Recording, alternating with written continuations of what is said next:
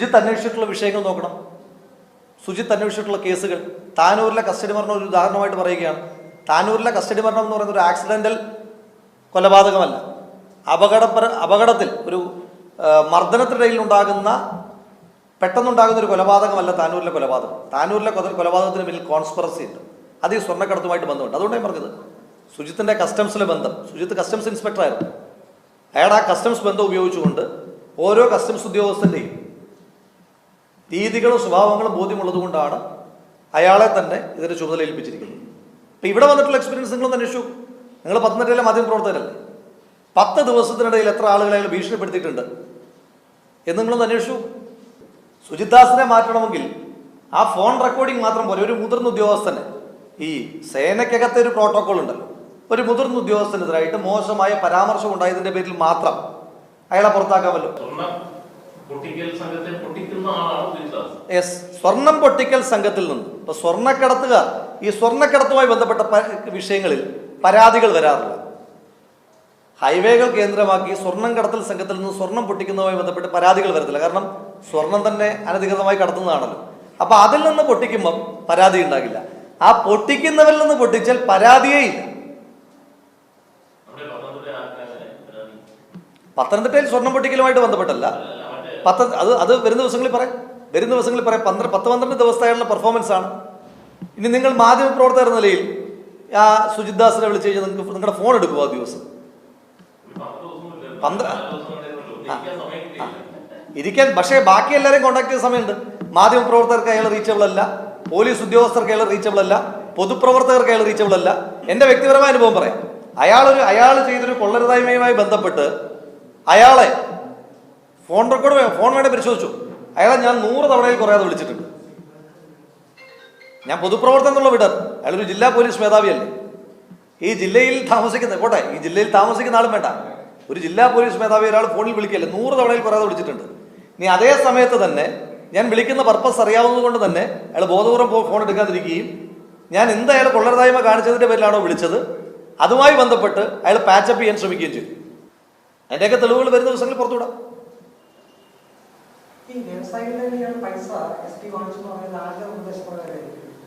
അത് അന്വേഷിക്കട്ടെന്നേ. സുജിത് ദാസ് അന്വേഷിച്ച കേസുകൾ അന്വേഷിക്കേണ്ടതായിട്ടുണ്ട്.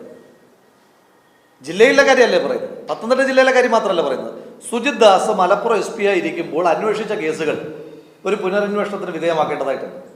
അപ്പോൾ ഇതിനകത്ത് ഈ നെക്സസിന് ശ്രീ PV അണ്ണന്റെ ഭാഷയിൽ പറഞ്ഞ ഈ അധോലോകത്തിലെ ബാക്കി ദാവൂദ് ഇബ്രാഹിമാരെ കൂടി നമുക്ക് പിടികിട്ടുന്നൊരു സാഹചര്യം ഉണ്ടാകും. സുജിത് ദാസിനെതിരായിട്ട് നടപടിയെടുക്കാൻ പോലും മുഖ്യമന്ത്രിക്ക് ഭയമാണെന്ന് പറയുമ്പോൾ ശശിയൊക്കെ എത്ര വലിയ തിമിംഗലങ്ങളാണ്. സുജിത് ദാസൊക്കെ അതിനകത്ത് ഏറ്റവും പരൽ മീനുകളല്ല. സുജിത് ദാസിനെ തൊടാൻ ധൈര്യമില്ലാത്ത മുഖ്യമന്ത്രി P ശശിക്കെതിരെ നടപടി എടുക്കുമെന്ന് നമ്മൾ വിചാരിക്കുന്നുണ്ട്. P ശശിക്കെതിരെ നടപടിയെടുത്താൽ P ശശിക്ക് പലതും പറയാനുണ്ടാകും. EP ജയരാജനല്ലല്ലോ P Sasi. EP ജയരാജനോട് മാറിയിക്കാൻ പറയാം, കുഴപ്പമില്ല. പക്ഷെ P ശശിക്കെതിരായിട്ട് ഒന്നാലോചിച്ച് നോക്കി. EP ജയരാജൻ മുഖ്യമന്ത്രിയുടെ സമകാലികനായിരുന്ന ഒരാൾക്കെതിരായിട്ട് നടപടിയെടുക്കാൻ, അവർ തമ്മിൽ തെറ്റുമ്പോൾ നടപടിയെടുക്കാൻ മുഖ്യമന്ത്രിക്ക് പറ്റുന്നുണ്ട്.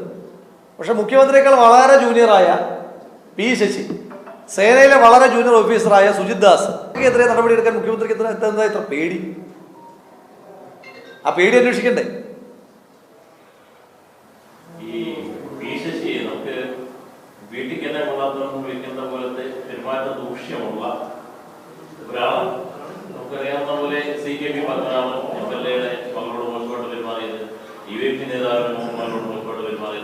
അങ്ങനെ പാർട്ടിയിൽ നിന്ന് മാറ്റിനിർത്തപ്പെട്ടതാണ്. ഇങ്ങനെ ആളെ തിരിച്ചു കൊണ്ടുവരുന്നതിലൂടെ ഏറ്റവും കുറഞ്ഞത് തിരുവല്ലയിലെ സഹിമനെ എടുക്കാൻ ശ്രമിക്കുന്നതിലൂടെ എന്നാണ് CPM രാഷ്ട്രീയ അല്ല. ഇവരൊക്കെ എന്ത് കൊള്ളരുതായ്മ കാണിച്ചാലും സംരക്ഷിക്കേണ്ടി വരുന്നത് ഈ സംരക്ഷിക്കേണ്ടവരുടെ കൊള്ളരുതായ്മകൾ ഇവർക്ക് അറിയാവുന്നതുകൊണ്ടാണ്.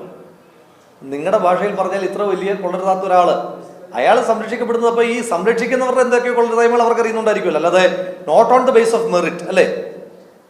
നോക്കൂ, തൃശ്ശൂർ പൂരം കലക്കാൻ പോലീസ് ശ്രമിച്ചു എന്ന് K മുരളീധരൻ മാത്രമല്ല പറയുന്നത്. അവിടുത്തെ LDFന്റെ സ്ഥാനാർത്ഥിയായിരുന്ന ശ്രീ സുനിൽകുമാറും പറയുകയാണ്.